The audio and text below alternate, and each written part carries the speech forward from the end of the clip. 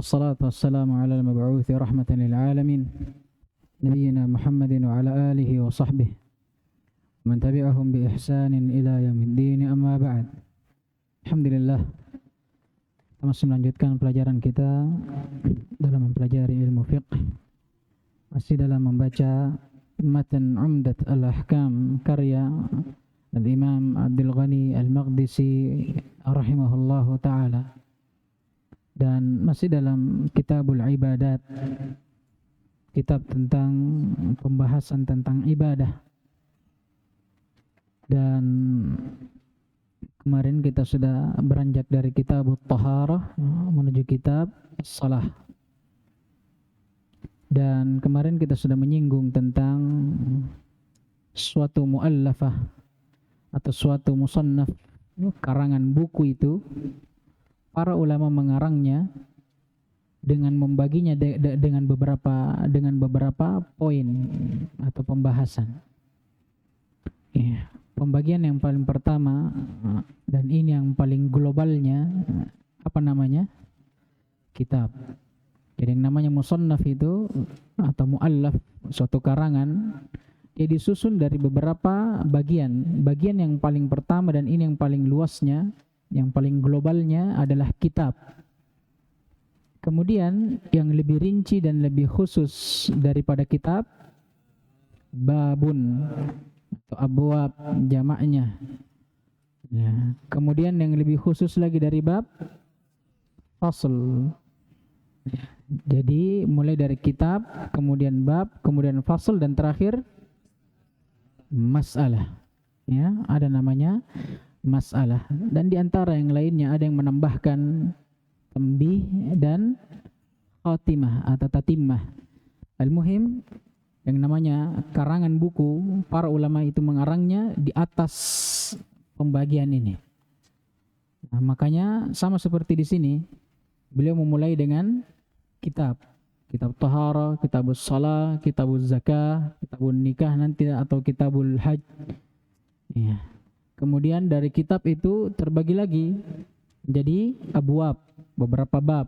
Kitabut taharah misalnya, ada babul wudu, babul ghusli, babul najas, atau bab dan yang semisal dengannya, babul janabah, babul haid. Kitabus shalah juga begitu, ada babul mawaqit dan sebagainya. Kemudian dari bab itu nanti terpecah menjadi fasal. Nah, terkadang ulama juga tidak menyebutkannya, tapi di sebagian lainnya ada yang menyebutkannya. Nanti dari fasal baru mereka terpecah menjadi masalah. Baik. Kemarin kita sudah masuk dalam kitab As-Salah. Kitab As-Salah, dan As-Salah secara bahasa apa maknanya? Ad-du'a, ya, ad-du'a. Apa dalilnya? Firman Allah Subhanahu wa taala, "Fasholli 'alaihim inna salataka sakanul lahum." Dan salatlah kepada mereka. Siapa mereka ini? Nah, ya ini kalau saya tidak salah ini orang-orang yang membayar zakat ya? Bukan, membayar zakat kan? Ya, Allah merintahkan untuk salat kepada mereka. Apa maksudnya salat? Doa. Doakanlah mereka. Karena doa kalian itu adalah sakanul lahum. Ya, ketenangan bagi mereka. Baik. Dan salat ini itu secara bahasa, adapun ta'rifnya secara syara' dia adalah at-ta'abbud lillah, atau bisa kita katakan ibadatun lillahi ta'ala. Dia adalah ibadah yang diserahkan hanya untuk Allah Subhanahu wa ta'ala, berupa apa? Al-aqwal wal af'al al-ma'rufah, berupa ucapan ataupun perbuatan yang sudah ma'rufah, dikenal. Maksudnya datang dari hadits tentang penjelasan kaifiatnya. Ya. Al-muftatahatu bi apa? Bitakbir, yang dibuka dengan takbir, wal mukhtatamatu bi at-taslim, dan ditutup dengan salam. Sebagian ulama ada menambahkannya ma'ani. Ya. Jadi itu salat, dan ini yang diinginkan. Dari sini kelirulah sebagian orang, seperti dari orang atau kalangan orang-orang tasawuf yang mengatakan bahwa dia punya zikir pengganti sholat. Kenapa? Karena kalau dia sudah beranjak dari tingkatan-tingkatannya, menurut mereka, karena mereka kan punya tingkatan, awalnya syariat, kemudian hakikat, kemudian ma'rifat, baru tarekat. Kalau syariat itu masih orang awam katanya, yang masih sholat itu masih awam, masih mencari jati diri katanya. Tapi kalau sudah naik ke hakikat, dia sudah tahu apa sebenarnya hakikat ibadah itu, apa hakikatnya sholat. Oh, dia tahu ternyata sholat itu doa. Akhirnya sudah, kalau begitu kita berdoa saja, karena doa itu kan sholat juga. Ini keliru. Ini makna secara bahasa memang dia bermakna doa, tapi kan makna itu ya, asalnya memang kita bawa kepada hakikatnya. Hanya saja terkadang makna itu keluar dari hakikatnya, tergantung dari apa yang diinginkan darinya. Sekarang yang memerintahkan untuk kita sholat siapa? Allah dan Rasulnya. Siapa Allah dan Rasulnya ini? Dinamakan dalam ilmu ushul fikih asy-syari'. Ya, orang yang mensyariatkan, dialah yang mensyariatkan kita. Maka apa yang dia syariatkan, maknanya berarti kembali kemana? Kepada mereka. Apa yang mereka inginkan dengan salat itu? Dijelaskan oleh Rasulullah SAW bahwa salat itu ini. Dia adalah ibadah yang terkhusus, ibadah tersendiri. Yang bentuknya berupa ibadah qauliyah dan amaliyah. Yang dibuka dengan takbir, ditutup dengan salam. Ini yang salat yang diinginkan oleh Allah dan Rasulnya. Paham ini? Baik. Kemudian salat ini adalah rukun dari rukun-rukun agama atau rukun dari rukun-rukun Islam. Dalilnya banyak sekali. Yang paling jelas dalil Ibnu Umar, hadits yang ketiga Arba'in Nawawiyah. Kemudian hadits ayahnya sebelumnya, Umar bin Khattab. Kemudian hadits sabda Nabi alaihi salatu wassalam, Ra'sul amri al-Islam wa amuduhu as-salah. Ya. Perkara itu, inti dari suatu perkara seorang muslim itu adalah Islam. Dan tiang dari Islam itu adalah salat. Bahkan salat ini dikatakan rukun yang paling wajibnya di antara rukun-rukun Islam yang 5 setelah kalimat syahadat. Dari sisi mana? Dari sisi siapa yang meninggalkannya maka diancam dengan apa? Pertama kekufuran dan dihalalkan darah dan hartanya. Dalilnya jelas. Sabda Nabi alaihi salatu wassalam, "Bainar rajuli wa bainas syirki wal kufri tarkus shalah." Antara seorang dengan kesyirikan dan kekufuran adalah meninggalkan salat. Maksudnya apa? Meninggalkan salat ini adalah batasan antara seorang muslim dengan kesyirikan dan kekufuran. Kapan dia tinggalkan salat berarti dia sudah masuk dalam batasan apa? Dalam kawasan kesyirikan dan kekufuran. Yang jauh lebih jelas daripada itu. Al-ahdu bainana wa bainahum as-salah. Faman tarakaha faqad kafar. Ya, perjanjian antara kita, kaum muslimin dan mereka, siapa mereka? Orang-orang musyrik dan orang-orang kufar. Apa yang menjadi batasan antara kita dengan mereka? As-salah. Yang membedakan antara kita dengan mereka as-salah. Salat kita. Maka barang siapa yang meninggalkan salat, kata Nabi alaihi salatu wassalam, faqad kafar. Bahkan diancam orang yang meninggalkannya akan dihalalkan darah dan hartanya. Hadis ma'ruf. Hadis yang delapan dari Arba'in Nawawiyah. Hadisnya siapa? Ibnu Umar. Umirtu an uqatilan nas hatta yashhadu an la ilaha illallah wa yuqimus salata wa anna Muhammadar Rasulullah wa yuqimu as-salah. Ini syahidnya. Dan ini juga disepakati oleh para ulama. Siapa kemarin yang menukil kesepakatan?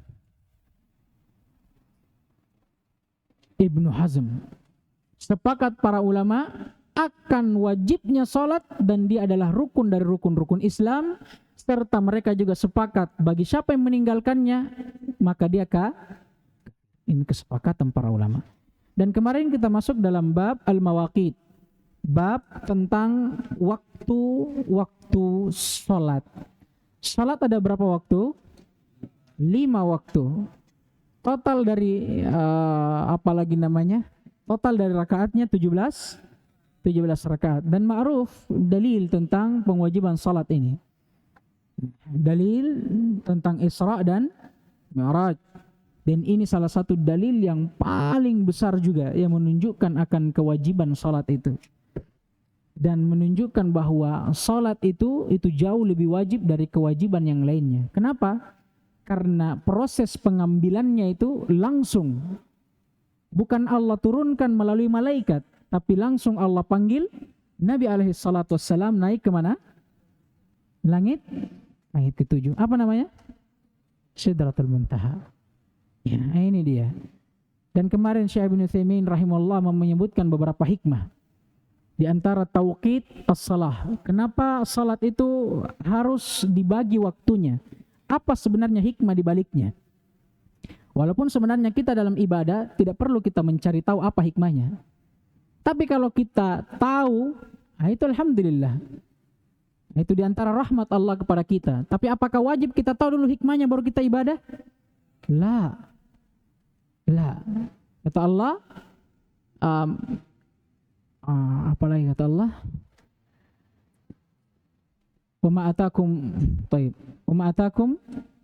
ma atakumur rasulu fakhudu wa ma nahakum anhu fantahu. Kata Nabi SAW, ma nahaitukum anhu fajtanibu wa ma amartukum bihi faf'alu minhu mastata'tum. Baik. Sekarang di antara hikmah yang pertama kemarin apa? Ya, menghindarkan manusia atau menjadi sebab yang membantu seseorang itu terhindar dari kemalasan. Karena andai kata salat itu tidak dibagi waktunya, dia jadikan satu waktu yang sama 17 rakaat. Ini akan menjadikan manusia itu menjadi malas untuk melaksanakannya. 17 rakaat satu kali. Yang kedua apa kemarin? Menjadi wasilah untuk bersatunya kaum muslimin. Yang dimana kebersatuan, kebersamaan dari kaum muslimin itu atau dari manusia itu akan bermanfaat bagi dia di kehidupan dunia dan di akhiratnya. Di antara manfaat yang paling besarnya itu menciptakan ulfah dan mahabbah. Ya, ulfah itu apa ya? Apa istilahnya? Keeratan ya? Keeratan. Katanya gini katanya. Keeratan dan rasa cinta serta kasih sayang di antara manusia. Kemudian yang terakhir, Allah menginginkan hambanya itu untuk terus-menerus mengingatnya. Andai kata sholat itu hanya diwajibkan di pagi hari, maka mungkin manusia akan lalai di sore dan malam harinya. Begitu pula sebaliknya. Dan Allah mengatakan apa? Ayat yang kemarin kita bawakan. Aqimis salata liduluki syamsi ila ghasakil laili wa Qur'an al-fajr. Allah menyebutkan, dirikanlah salat pada 3 waktu. Pada siang dan malam, juga pada waktu fajar atau di waktu subuh. Dan kemarin kita sudah mengambil hadits yang pertama atau membacanya, hadits Abi Amr Asy-Syaibani radhiyallahu taala anhu. Sa'ad bin Iyas tatkala beliau bertanya kepada Ibnu Mas'ud radhiyallahu taala anhu, atau bukan ya, tatkala dia menyebutkan bahwa Ibnu Mas'ud pernah meriwayatkan kepadanya suatu hadits. Ibnu Mas'ud pernah bertanya kepada Rasulullah tentang amalan yang paling dicintai oleh Allah, dan Nabi sebutkan 3, dan 3 ini bukan pembatasan. Hanya saja karena Ibnu Mas'ud hanya bertanya sampai di sini, maka ini yang beliau berikan. Dan syahidnya, yang paling pertama yang beliau sebutkan di antara 3 amalan yang paling dicintai apa? Salat tepat waktu. Dan menjadikan salat tepat waktu jauh lebih besar, lebih dicintai oleh Allah daripada apa? Birrul walidain dan jihad fisabilillah. Sekarang kemarin ada Masya Allah dan syahidnya dulu sebelum itu, pentingnya sholat tepat waktu dan wajibnya sholat tepat waktu. Adapun kenapa dia didahulukan daripada birrul walidain? Karena birrul walidain hak makhluk, sedangkan sholat itu adalah hak Allah.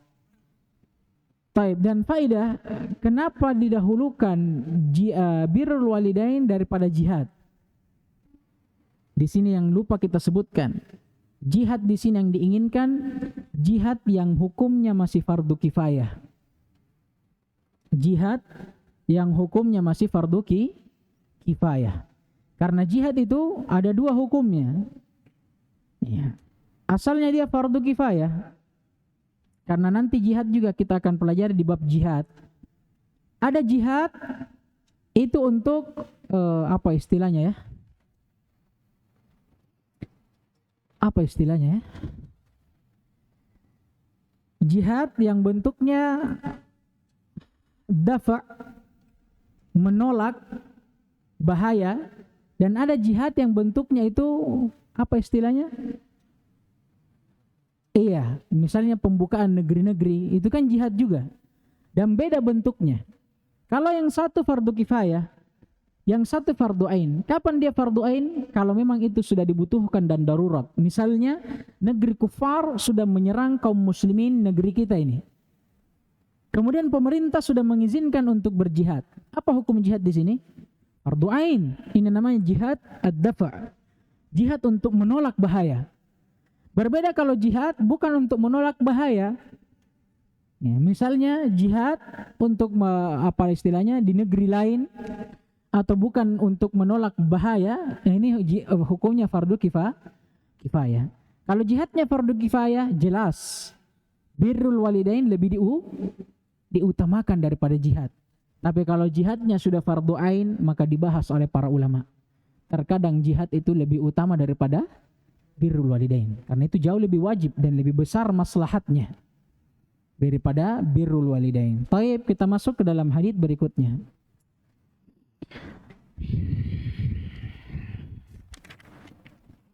Hadits Aisyah ya. Nih. Baik.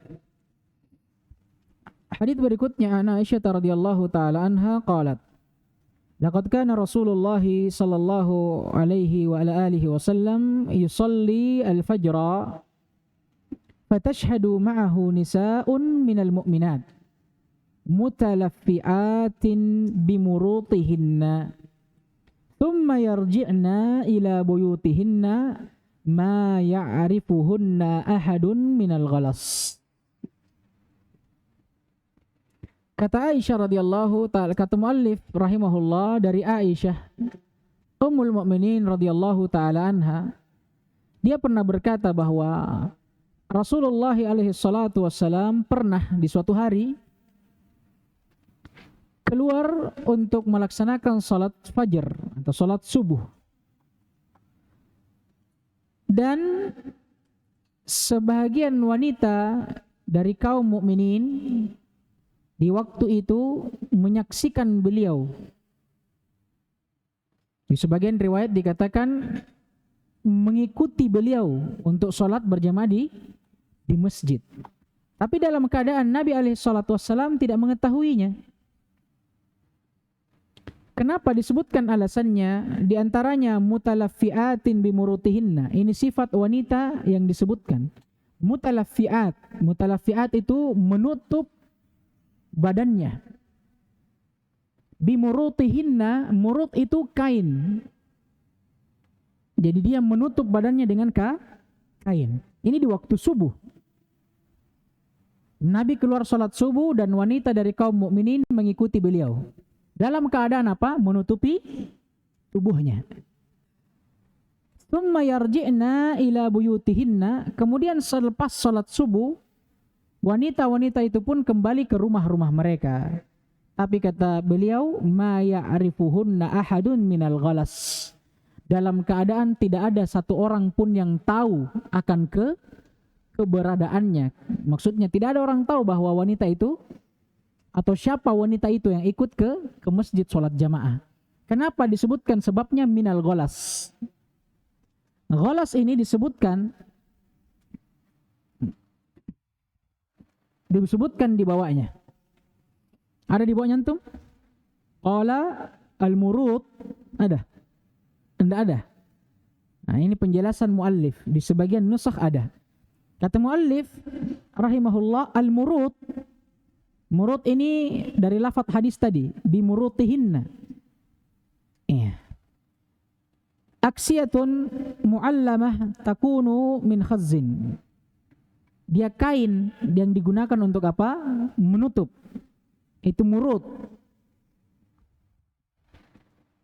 Wa takunu min suf. Dia dibuat dari suf. Suf itu kain seperti katun. Itu intinya. Mutalaffi'at, kata beliau, mutalaffi'at dalam hadis apa maknanya? Multahifat. Multahifat, menutup dirinya. Jadi intinya keadaan wanita yang ikut bersama Nabi sholat subuh ini, dia menutup dirinya dengan kain. Adapun al-ghalas, kata beliau, ikhtilatu diya'is subhi bidhulmatil lail. Itu cahaya yang bercampur antara cahaya subuh hari dan gelapnya malam. Pernah juga lihat cahaya di subuh hari itu? Cahaya yang bercampur dengan gelap. Nampak tidak? Mungkin kalau di zaman kita nampak karena ada lampu jalan. Tapi bayangkan kalau tidak ada lampu-lampu jalanan, tidak ada lampu rumah. Hanya mengandalkan cahaya di subuh hari. Apakah kita bisa melihat orang lain? Tidak. Nah itulah mengapa dikatakan para wanita tatkala dia kembali dari sholat subuh itu tidak ada yang tahu siapa mereka. Tidak ada yang tahu siapa mereka. Kenapa? Karena cahaya itu masih gelap. Syahid dari hadits ini sebenarnya yang ingin disampaikan tentang waktu sholat subuh. Kapan waktu sholat subuh itu? Nah ini. Di waktu golas. Apa itu waktu golas? Waktu di mana cahaya subuh itu masih bercampur dengan gelapnya malam. Itu waktu golas. Taib.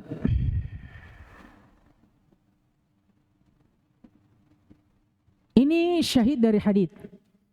Dan di sini ada satu masalah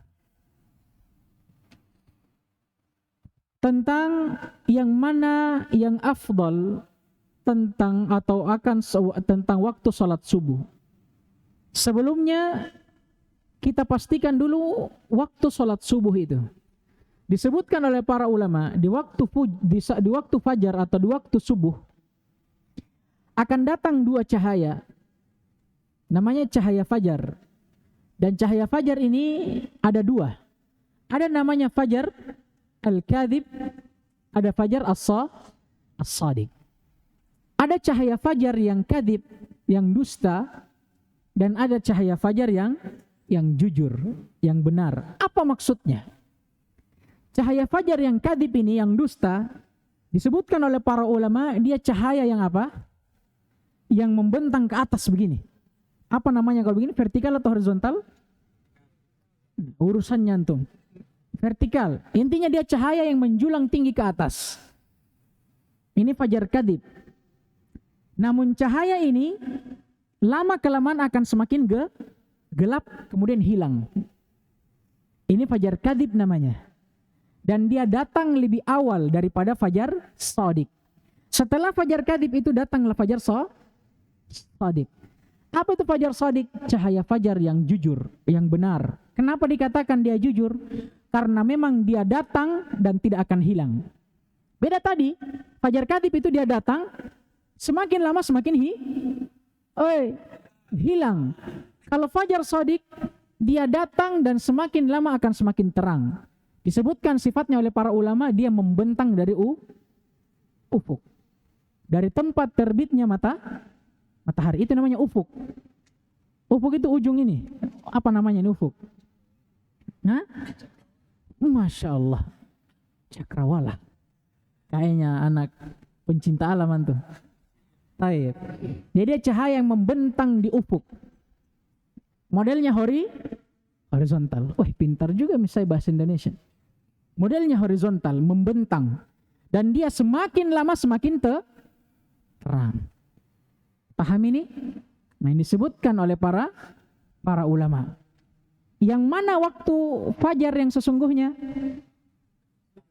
Fajar sidq atau fajar shadiq. Ini waktu fajar. Inilah waktu fajar. Ini yang dimaksud waktu golas. Waktu di mana cahaya subuh itu bercampur dengan apa? dengan gelapnya malam. Paham ini? Baik, ini waktunya. Sekarang masalah, yang mana yang lebih afdol? Karena disebutkan nanti, yang mana yang lebih afdol untuk waktu sholat fajar atau untuk waktu sholat subuh.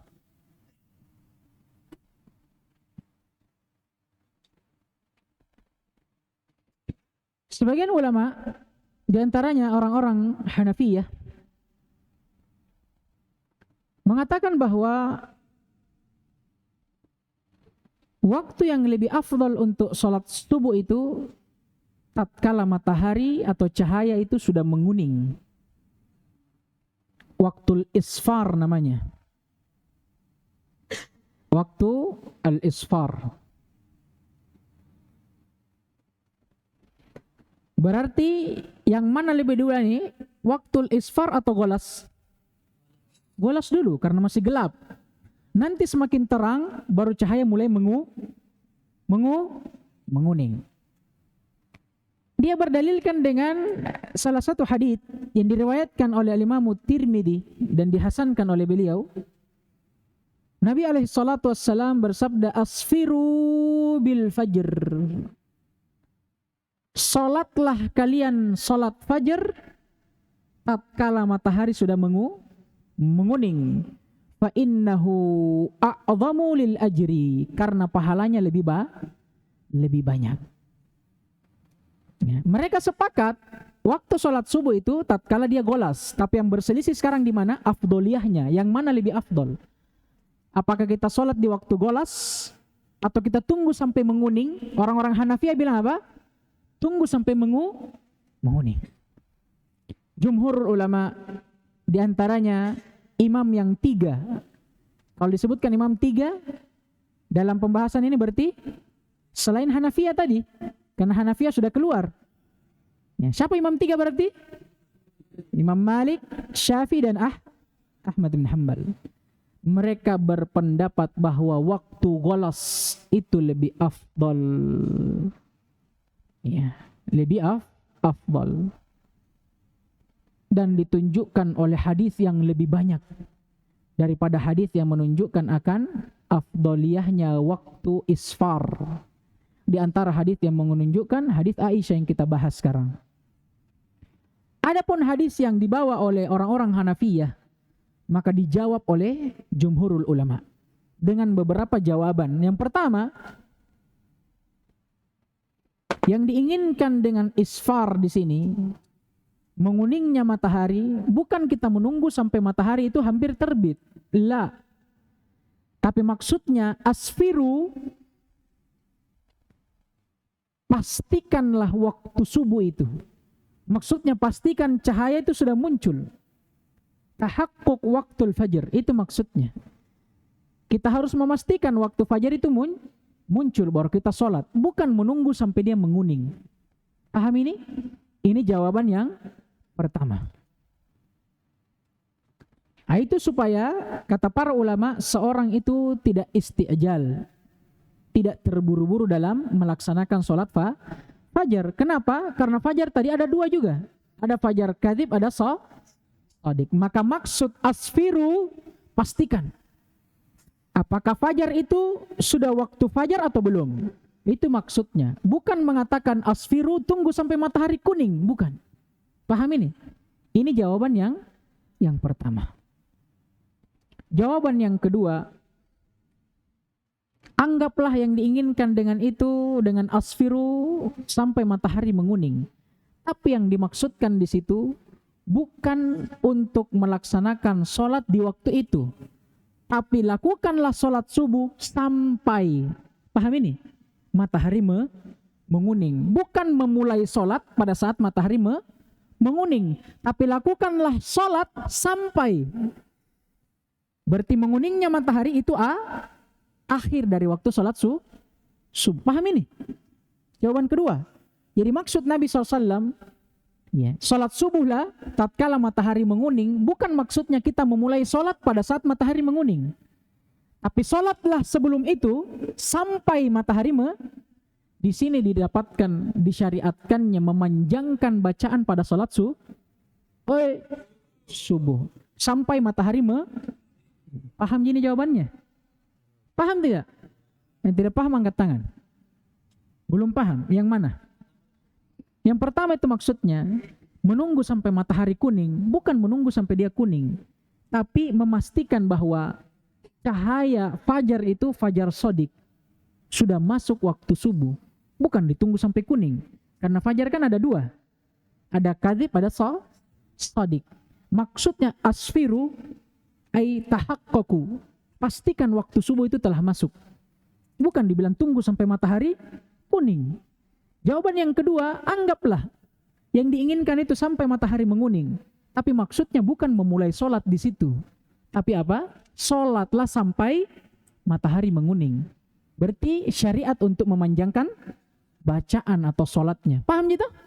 Itu jawabannya. Wa illa hadisnya telah jelas. Hadis Aisyah radhiyallahu ta'ala anha, bahwa Nabi dahulu sholat subuh diikuti oleh perempuan dari kaum mukminin. Dan begitu mereka selesai dari sholat subuh, begitu mereka selesai dari sholat subuh, tidak ada salah seorang pun yang tahu dari mereka. Kenapa? Karena golas. Cahaya pada waktu itu masih subuh hari.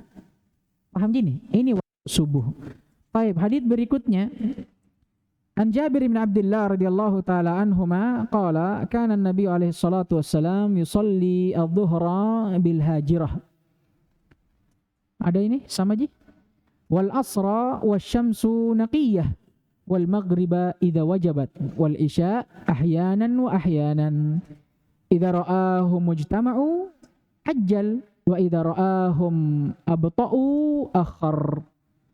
Was-subhu kana an-nabiy alaihi salatu wassalam yusalliha bighalas. Masyaallah.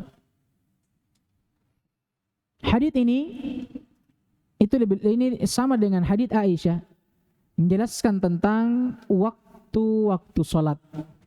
Hanya saja hadits ini jauh lebih lengkap daripada hadits Aisyah. Karena hadits Aisyah hanya menyebutkan waktu salat subuh. Kalau di sini waktu salat 5 waktu seluruhnya.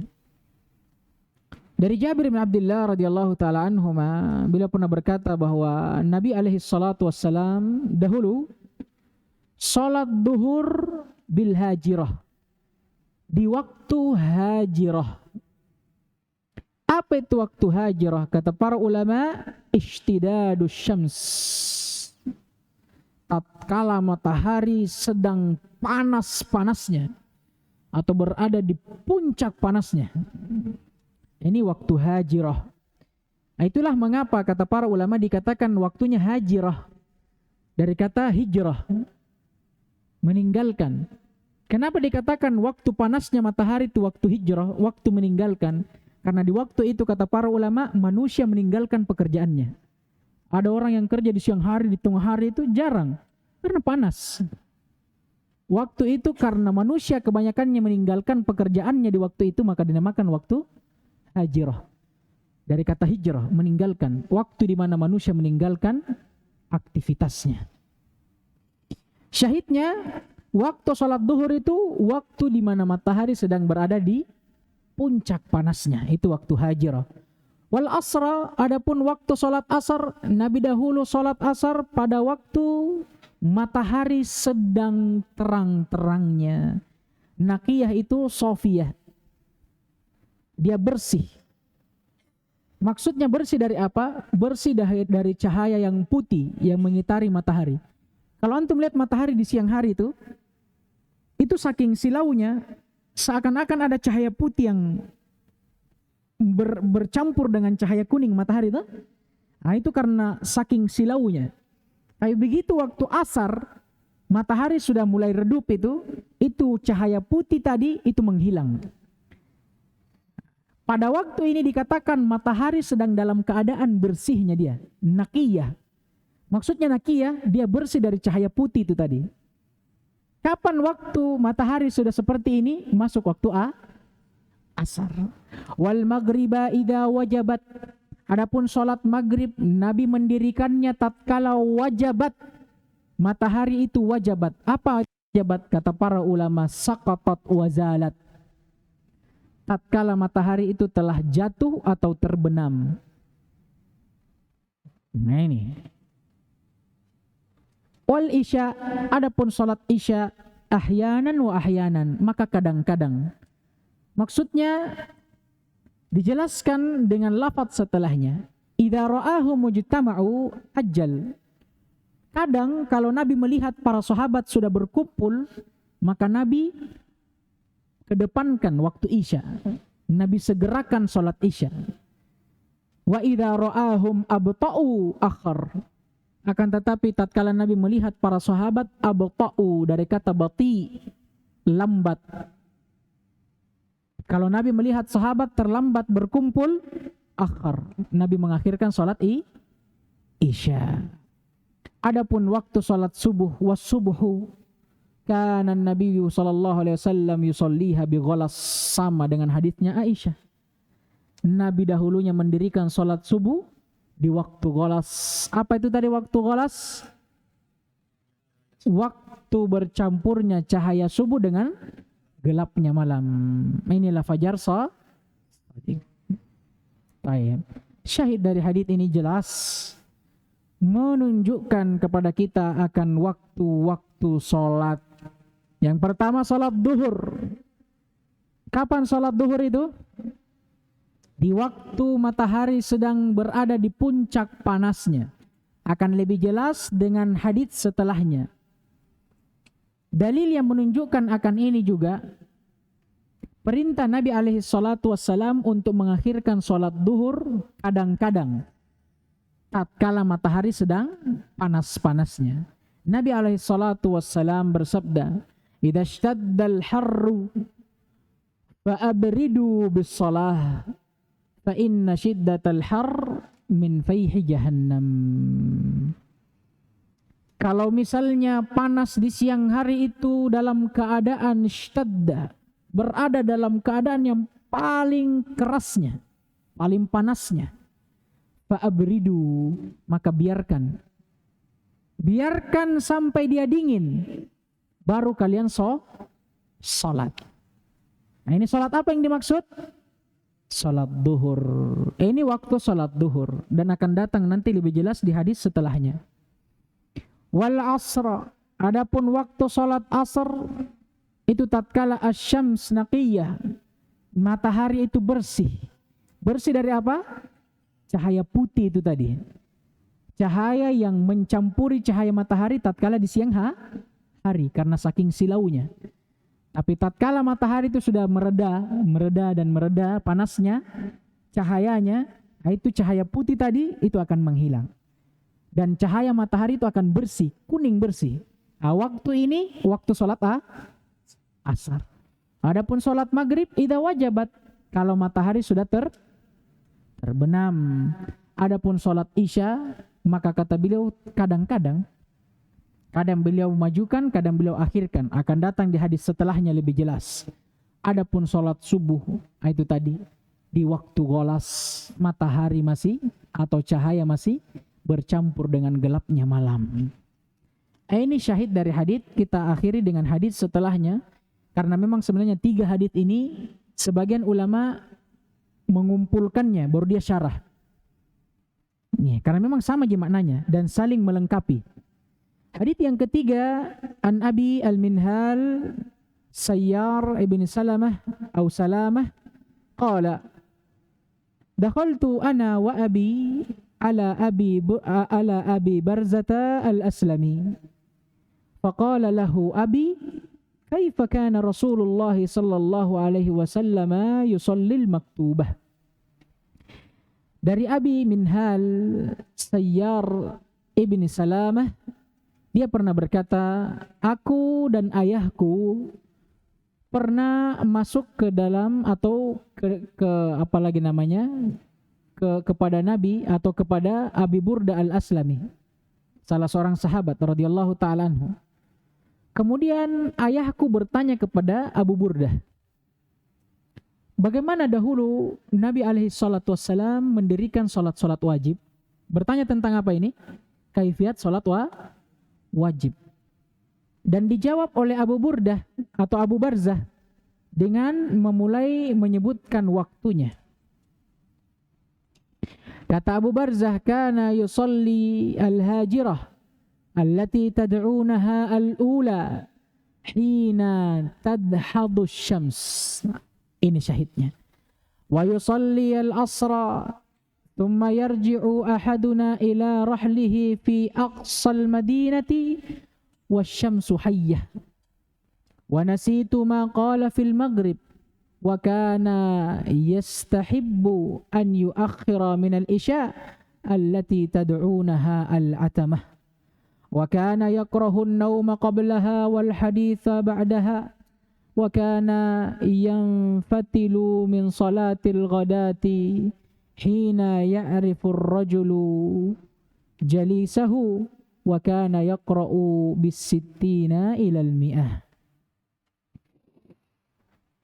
Kata Abu Barzah, Nabi alaihi salatu wassalam dahulunya dia salat di waktu hajirah. Telah berlalu. Kapan itu waktu hajirah?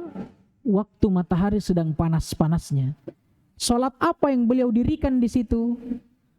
Salat yang allati tad'unaha al-ula. Salat yang mereka namakan salat itu salat yang pertama. Salat apa ini?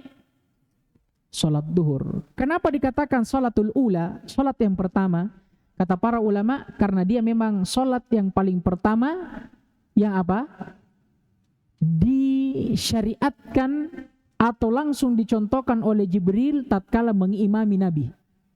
Jadi Nabi alaihissalam itu tatkala turun pensyariatan salat, Allah subhanahu wa ta'ala mengutus Jibril untuk mengimami Nabi salat 5 waktu. Salat yang paling pertama yang Jibril mengimani Nabi padanya, salat apa? Zuhur ini. Makanya dikatakan salatul ula. Ada juga yang mengatakan karena salat zuhur ini salat yang paling pertama di siang hari setelah terbitnya matahari. Intinya yang diinginkan dengan salat al-ula ini salat duhur. Kapan Nabi laksanakan? Di waktu hajirah, di waktu matahari sedang panas-panasnya. Kapan lebih tepatnya? Disebutkan waktunya dan ini syahidnya. Hina tadhadu syams. Tatkala matahari itu tadhad, tergelincir. Inilah yang dinamakan waktu apa? Waktu zawal. Waktu tergelincirnya matahari. Jadi matahari itu ya, di waktu hajirah tadi sedang berada di puncak panasnya. Itu tatkala matahari berada di atas kita ini. Kapan waktu duhur? Kata Abu Barzah, tatkala matahari itu sudah tergelincir. Tatkala matahari sudah tergelincir. Bukan tepat pada saat matahari itu berada di atas kita. Tapi ditunggu sampai apa? Dia sedikit tergelincir. Akan datang nanti masalah, kita bawakan di akhir kalau masih ada waktu, tentang bagaimana menentukan waktu zawal. Sebagian ulama diantaranya Ibn Abdul Bar dan Imam Nawawi rahimahullah memberikan cara untuk mengetahui zawal dengan melihat bayangan. Kata Al-Imam Nawawi rahimahullah, kalau kita mau lihat waktu duhur itu, coba kita berdiri tepat di bawah matahari. Pada saat sebelum matahari itu berada di puncaknya. Sebelum dia berada di puncaknya. Berarti apa ini? Kalau kita ukur dengan jam mungkin sekitar jam 11. Ya, setengah 12. Paham ini? Jadi sebelum matahari itu tepat di atas kita. Kemudian kita berdiri tepat di bawahnya. Bagaimana keadaan bayangan kita itu? Lebih panjang daripada kita. Sampai akhirnya berkurang. Sampai akhirnya apa? Hilang. Karena matahari itu tatkala sudah berada pas di atas itu akan apa? Menghilangkan bayangan. Coba antum berdiri di bawah cahaya, ada enggak bayangannya antum? pas di bawahnya. Tidak ada, karena yang disenterin ini atasnya antum. Kecuali kalau cahaya itu di depannya antum, baru akan ada bayangan. Atau di belakangnya antum. Nah, matahari itu kalau dia berada pas di tengah, tidak akan ada bayangan. Bagaimana kita mengetahui dia sudah tergelincir? Tatkala matahari itu sudah membentuk bayangan baru. Anggaplah kita berdiri jam 11. Ada enggak bayangan? Ada, jam 11 masih ada. Karena posisi matahari miring. Semakin naik, semakin kurang atau bertambah? Semakin kurang. Sampai akhirnya hilang. Kapan bayangan hilang? Itu tanda kalau matahari berada di atas, pas di atas. Paham ini enggak? Antum itu kalau senter barang dari atas begini, tidak ada bayangannya. Kecuali kalau antum kasih miring, baru ada bayangannya di sana. Paham ini? Nah, sekarang kalau dari jam 11, ada enggak bayangan? Ada. Kemudian naik setengah 12 sampai jam 12 pas. Matahari berada di atas. Ada enggak bayangan? Ada. Nanti kita tahu waktu zawal kalau matahari sudah mulai kembali tergelincir. Mulai ada bayangan. Bayangan yang paling pertama muncul setelah hilangnya tadi, itulah namanya waktu zawal. Itu waktu duhur itu tadi. Itu cara taunya. Kalau kata Al-Imam Nawawi rahimahullah. Ada cara lebih gampang dari Syekh Ibnu Utsaimin rahimahullah. Cara dengan kita mengukur dengan waktu. Bagaimana caranya? Karena waktu sholat duhur ini itu dimulai di tengah hari, berarti kita mulai menghitung dari apa? Terbitnya matahari sampai terbenamnya. Karena dia di tengah hari. Terbalik lagi nanti kalau kita mau hitung tengah malam. Kalau tengah malam dihitung, berarti dihitung dari benam sampai terbit. Paham ini? Intinya sekarang kita mau tahu waktu tengah hari ini. Nah, sekarang kalau kita mau tahu kata Ibnu Utsaimin, kita hitung dari terbitnya matahari sampai terbenamnya. Anggaplah matahari terbit jam 6 atau jam 5 terbit. Kemudian terbenam juga jam 5. Berarti berapa jam? 12 jam. Bagi 2 saja. Berapa bagi 2? 6 jam.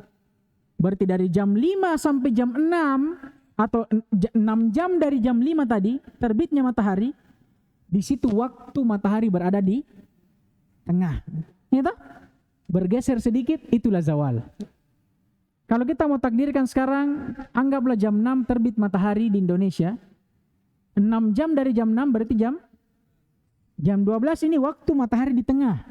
Bagaimana kalau mau tahu zawal? Biarkan dia bergeser sedikit. 12 lewat 15, 12 lewat 10. Bagaimana sekarang sholat duhur di sini? Iya, sama. Itu takdirnya Syekh Ibnu Utsaimin rahimahullah. Lebih mudah dengan waktu. Jadi kita bagi 2 waktu pagi, kemudian kita geser sedikit. Sudah disuruh saya berhenti nih kayaknya. Cek. Sudah capek kayaknya ini speaker ini. Pahamnya nih? Paham kita? Nah, karena memang di waktu zawal ini para ulama subhanallah ya, berselisih juga. Waktu sholat ini para ulama berselisih dalam banyak hal. Tapi nanti kita akhirkan masalah itu. Itu kalau sholat duhur. Kalau sholat asar, kata beliau, wa yusalli al-asra thumma yarji'u ahaduna ila rahlihi fi aqsal Madinah wasyamsu hayyah. Nabi mendirikan salat asar dalam keadaan kami yang telah kembali ke rumah kami setelah salat asar itu dan matahari masih hayyah. Maksudnya masih terang. Paham ini? Bagaimana model terangnya itu? Dijelaskan tadi di hadis sebelumnya.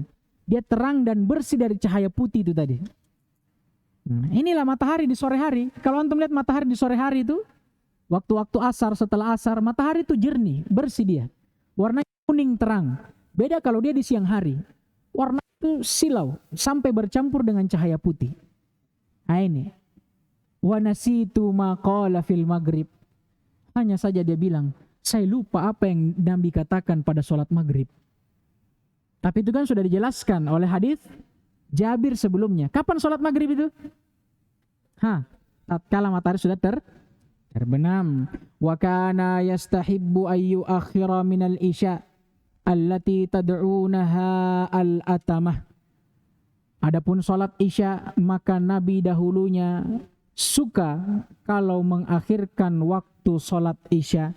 Dan sholat isya ini adalah sholat yang mereka namakan dengan sholat al-atamah, ya. Sholat al-atamah. Apa ini al-atamah? Disebutkan oleh para ulama.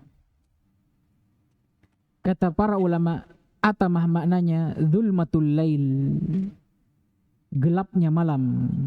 Hina taghibus syafaq,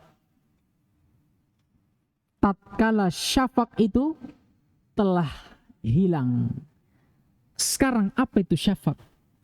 Disebutkan oleh para ulama, dan ini yang rajihnya, syafaq itu cahaya merah yang muncul setelah terbenamnya matahari. Lihat matahari kalau terbenam itu, mulai dari waktu asar dia menguning, sampai kuning itu memudar. Masuklah waktu maghrib. Waktu maghrib yang kuning tadi itu sampai apa? Memerah dan akhirnya gelap. Waktu merahnya ini matahari, cahaya ini di malam hari, apa namanya ini? Syafaq. Adapun waktu isya, dia waktu setelah syafaq itu. Tatkala hilangnya kemerah-merahan itu, ya memang betul-betul sudah gelap, itu waktu isya. Itulah mengapa sholat isya dikatakan sholat atamah, karena memang dia didirikan pada waktu itu. Apa itu atamah? Waktu tatkala cahaya itu sudah gelap, dan tatkala cahaya merah dari terbenamnya matahari itu sudah hilang. Paham ini? Kemudian kata beliau, wa kana yakrahu an-nauma qablaha wal haditha ba'daha, dan Nabi dahulunya itu tidak suka untuk tidur sebelum isya dan bercerita setelahnya. Ini ada pembahasan tersendiri. Kemudian kita lanjut, wa kana yanfatilu min salatil ghadati hina ya'rifur rajulu jalisahu. Dan dahulunya Nabi yanfatil. Apa itu yanfatil? Yanfatil itu kata para ulama yang sarif, berhenti dari sholat al-ghada. Sholat al-ghada apa? Sholat subuh. Dan Nabi dahulunya berhenti dari sholat subuhnya hina ya'rifur rajulu jalisahu, tatkala seorang lelaki itu sudah mengetahui teman duduknya. Maksudnya apa? Sudah terang, sudah muncul cahaya. Wa kana yaqra'u bis-sittina ila mi'ah, dan dahulu Nabi membaca surah atau ayat di sholat subuhnya sebanyak 60 sampai 100 ayat. Ini menjelaskan tadi yang kita sebutkan. Perselisihan para ulama, yang mana yang lebih afdol dalam sholat subuh? Apakah kita sholat subuh di waktu masih gelap atau kita tunggu sampai matahari itu menguning? Yang rajihnya yang mana? Pendapat jumhur yang mengatakan masih gelap.